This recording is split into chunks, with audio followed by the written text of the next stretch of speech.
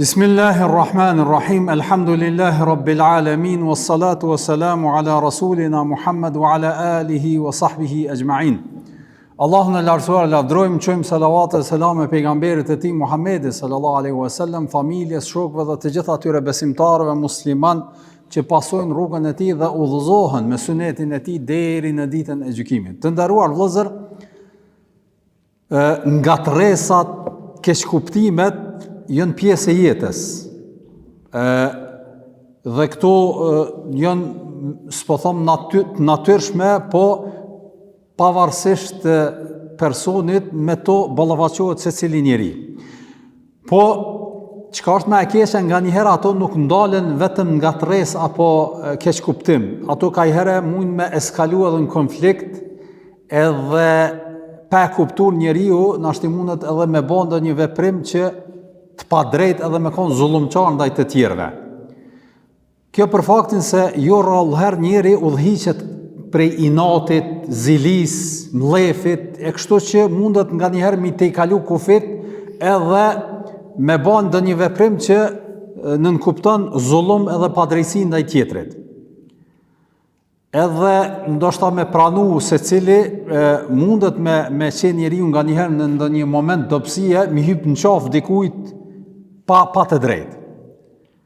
E në anën tjetër, është edhe ajo aspekti kur ndoshta neve mundet me na ndodh kjo situatë e padrejtësisë. Domthonë nëse dikush neve na bën zullum, atëherë çysh do të jetë reagimi jon?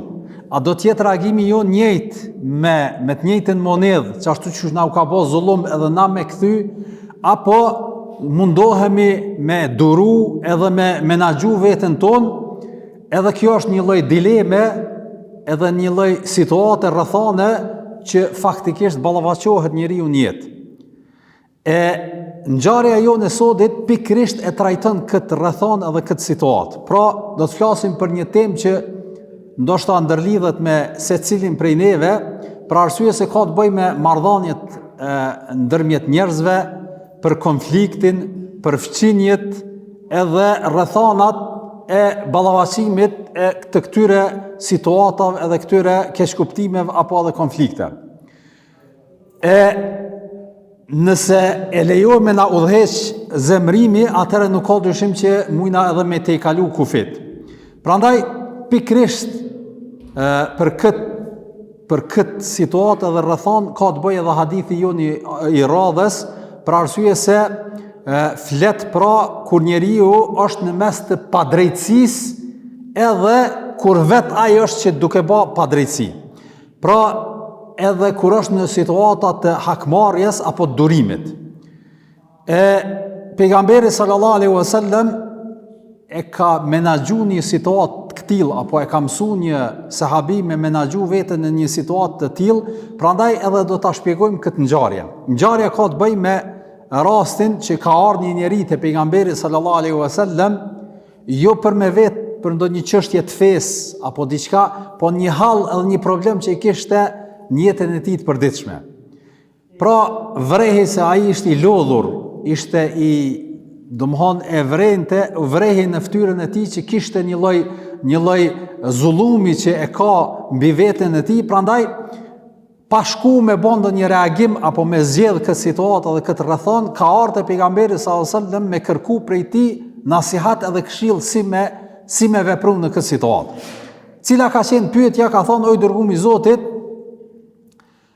fqini im po më bën padrejtësi, po më bën zullum shumë." Dhe ky ishte telasheja edhe problemi për cilën kishte ardhur me pyet Muhammedin sallallahu alaihi wasallam. Atëherë çka ja mërmendja, çka i ka thonë pejgamberi sallallahu alaihi wasallam? Përgjigja ka qenë e thjeshtë. I ka thonë: "Shko edhe bë sabër. Mos bë kurrë, bë veç sabër bë." Atëherë ky e dëgjon Muhammedin sallallahu alaihi wasallam, kthehet, po sabër bën, po prap nuk zgjidhet problemi. Edhe mas një kohë prap vjen te pejgamberi sallallahu alaihi wasallam edhe i thotë: "O dërguar i Zotit, s'është të mblon rahat, unë po bëj sabër, po nuk penal zullumin." Atëherë prap i thotë pejgamberi sallallahu alaihi wasallam: "Shko prap bë sabër, duro."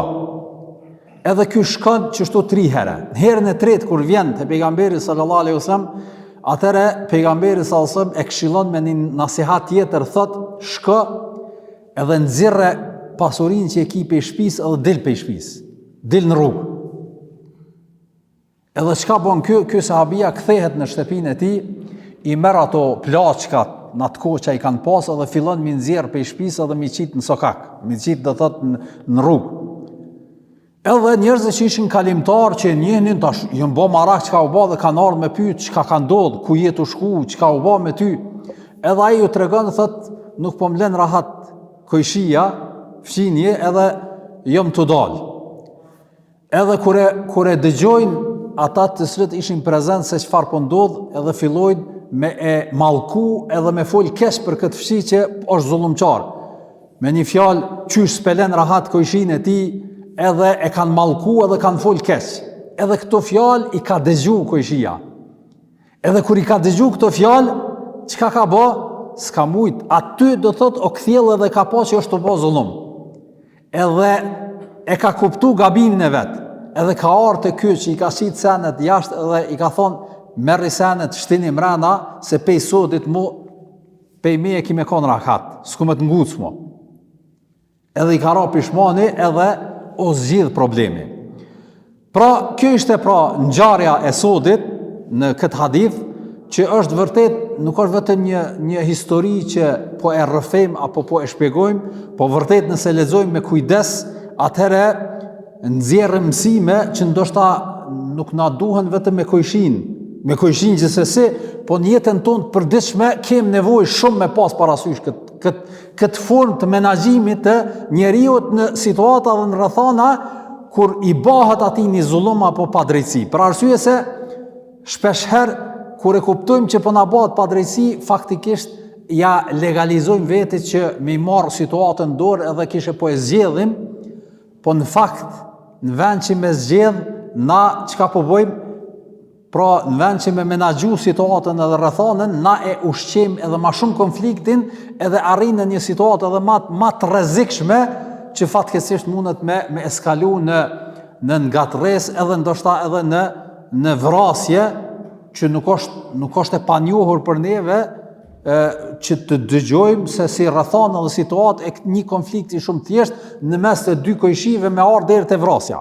Domthonë nuk është diçka që e panjohur për neve. Prandaj ky hadith shumë qartë edhe shumë drejt na mëson qysh njeriu me menaxhu veten e tij edhe mos më hyp në qafë të tjerëve vetëm pse ka ndodhur ndoshta një keq kuptim apo një situatë edhe me shfrym llefin tën ndaj dikujt, po edhe në anën tjetër kur je personi që po të bëhet padrejtësi, mos me qenë reagimi jot i menjëhershëm. Për arsye se reagimi i menjëhershëm mundet me kriju prej një konflikti edhe në një dëm edhe më të madh, që është pak më herët edhe ndoshta edhe në vrasje apo diçka sikurse kjo. Prandaj le të nxjerrim së bashku disa dobi shumë të rëndësishme nga ky hadith apo nga kjo ngjarje në kohën e pejgamberit sallallahu alaihi wasallam. E para që është shumë e rëndësishme, edhe faktikisht ndoshta çdo sabah kur qohemi edhe kur gdhim, kur na sjell sabahi, me kuptu që durimi nuk është dobësi. Kur mos e paramendoni që njeri që bën sabër është i dopt. Po është strategji e pejgamberit sallallahu alaihi wasallam që na ka mësuar. Për që ata e kemi përmenë edhe atje në rastin që ka thonë pejgamberi sallallahu alaihi wasallam, lejse shedidu bis-sur'a, nuk është i fort, nuk është burr, nuk është azgan. Ai njeri që reagon me njëherë me që fiton apo që i thirr tjerët në ferm mu përla edhe me zhvillu betejë, nuk është po burr ky, nuk është azgan ky. Azgan është ai i cili e përmban veten e tij kur është i hidhnum. Pra e kontrollon veten e tij kur është i hidhur. Pra ky është ai azgani dhe ky është i fortë. Prandaj durimi në Islam kur nuk është pasivitet, por është kontroll i vetes dhe i menaxhim i situatave të ndryshme.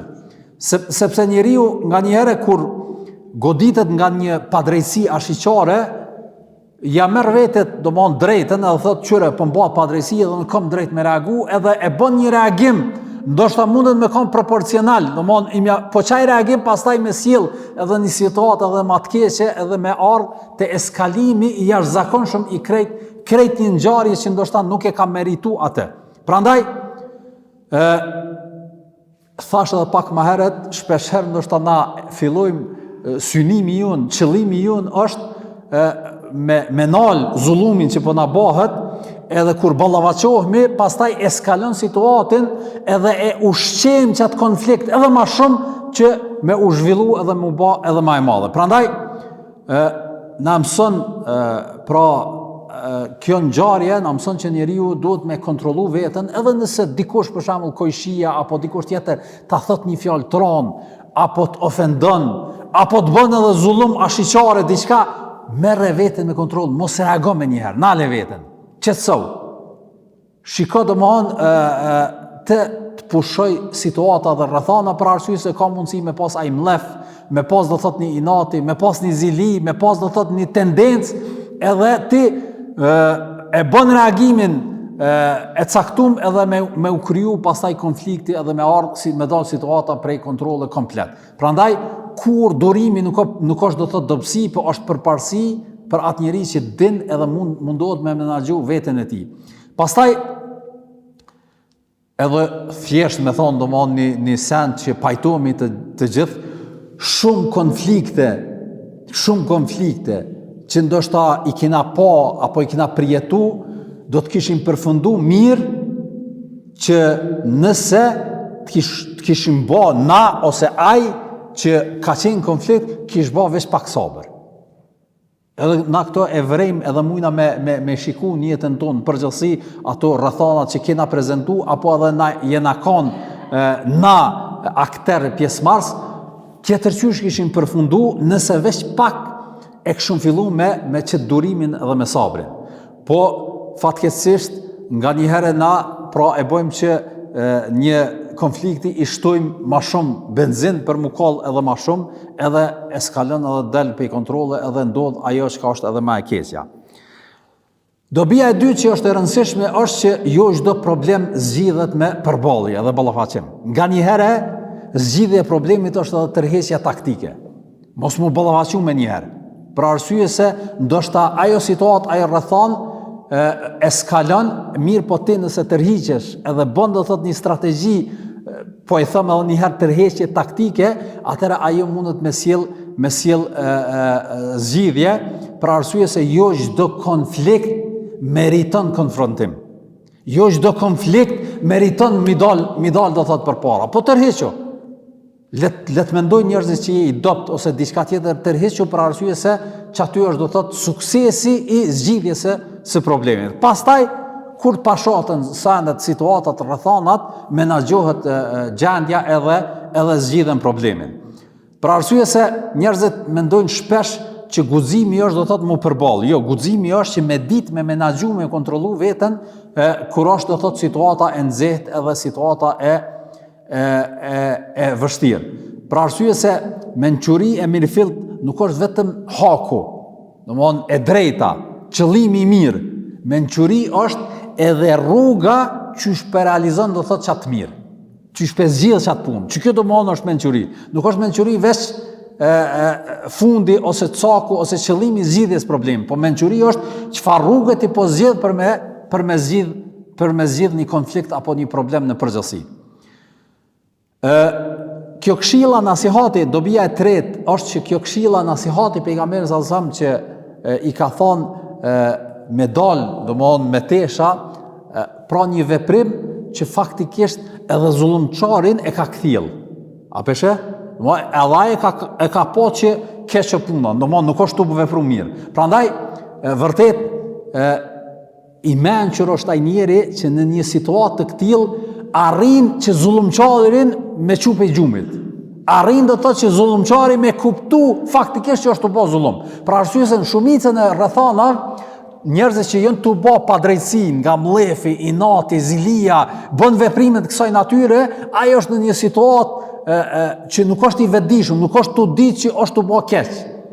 E tash mençuri është ai i cili është i aftë që në çështë situatë me nal edhe me kuptu zullumçari që ka dalë se i pasna te kalu kufit. Sikur që ka ba në këtë rast e ka dit edhe ardh edhe i ka kërku falje edhe i ka thonë ktheu ku je kon se mund të nuk nguci kur. Edhe e fundit apo e shihni se si pejgamberi sallallahu nuk ja ka dhënë zgjidhjen e parë me njerë mi thonë shko edhe qitisenet, po në herën e tretë. Pra e ka mësu me njëherë në një vetë kontrol këtë njeri, ka dale. Po të bo zullum, bo sabër, dura pak, mos eskalon, mos veprom me njëherë. Dura se deri sa jep kohë do mon situatës rrethonës. Se ndoshta ka mundësi herën e parë, me njëherë ta kish bosat veprim nuk do të kishte efekt. Për arsye se ai do të ishte niveli më të lartë të mllefit edhe të inatit, kojshia zullumçar, edhe nuk do të kthjellej.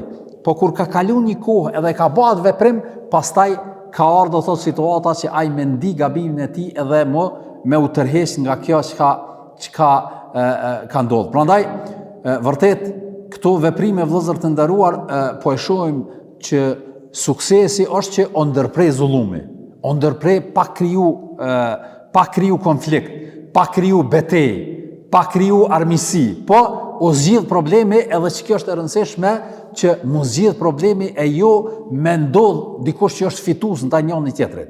Për arsye se shpeshherë ndoshta edhe në debate me tjerët, me kojshin apo me vllahun tën, mundesh me fitu debatin me argumente. Ama situata rrethana mundesh me bë që ai pastaj edhe me heq dorë prej teje edhe mos me të fol më. A ka ndodhur kështu? Ka ndodhur do thot, për arsye se ai e ka humb në një situatë dhe në një rrethon, ndoshta një debat apo një argument e kështu me radhë, po pastaj është tërheq edhe nuk e ka më atë afërsi që ndoshta e ka pas më herët me ty. Prandaj mundoh në zgjidhjen e këtyre konflikteve, qoftë edhe ti kur ti je pal, mos me kanë do thot kush po fiton. Po me kanë do një zgjidhje e menaxhueshme edhe që me u largu zullumi gjithsesi, po me kanë situatë që mos me ardh triumfues do thot në atë rrethon edhe në atë situatë. Pra, vërtet vëllezër të nderuar, ky hadith na tregon një mënyrë pejgamberike që njeriu duhet me menaxhu veten në situata dhe rrethana të konflikte, për arsye se secili prej neve në një situatë dhe në një rrethon mundet me qenë i bëhet zullum, po mundet me qenë edhe zullumçar. Domthon mundesh me kon edhe në rolin e këtij që ka ardhur mu anku te pejgamberi sallallahu, po mundesh me qenë edhe në rolin atij që ankohet dikush për ty. Për arsye se tham, njeriu nganjëherë prej inatit nuk e sheh veten, është të bëj zullum edhe mendon që mirë ka. Prandaj mundohu me e lexu këtë ngjarje dhe këtë hadith të pejgamberit sallallahu edhe me fut një tentanë të përditshme, për arsye se pyetja më e rëndësishme është se si po sillemi dhe si po e menaxhojmë veten tonë në situata dhe rrethana të këtilla, apo reagojmë me inat, me mllef, me zili, apo po kontrollojmë veten tonë edhe po mundohemi me zgjedh rrugën e mençurisë edhe të durimit. Për arsye se kjo fe nuk na mëson veç qysh mu fal, vëllezër të nderuar, po na mëson edhe qysh me bashkëjetu me njerëzit, edhe me të mirët edhe me të këqijt, edhe me ata që janë nervoza të hypin në qafë, po edhe ata që janë të butë e që na mu hyp aty në qafë. Domethënë në çdo situatë po na mëson pejgamberi sallallahu alajhi wasallam edhe kjo feja në përgjithësi qysh njeriu duhet me menaxhu veten në situata në rrethana të këtilla, për arsye se vërtet nëse nuk e aftësojmë veten tonë në këtë formë, atëherë vërtet edhe mundemi me ra në situata dhe rrethana të sikurse ky sahabi zullumçar, pra që i ka bërë zullum kojshisë vet. Allahu na baft prej atyre që vërtet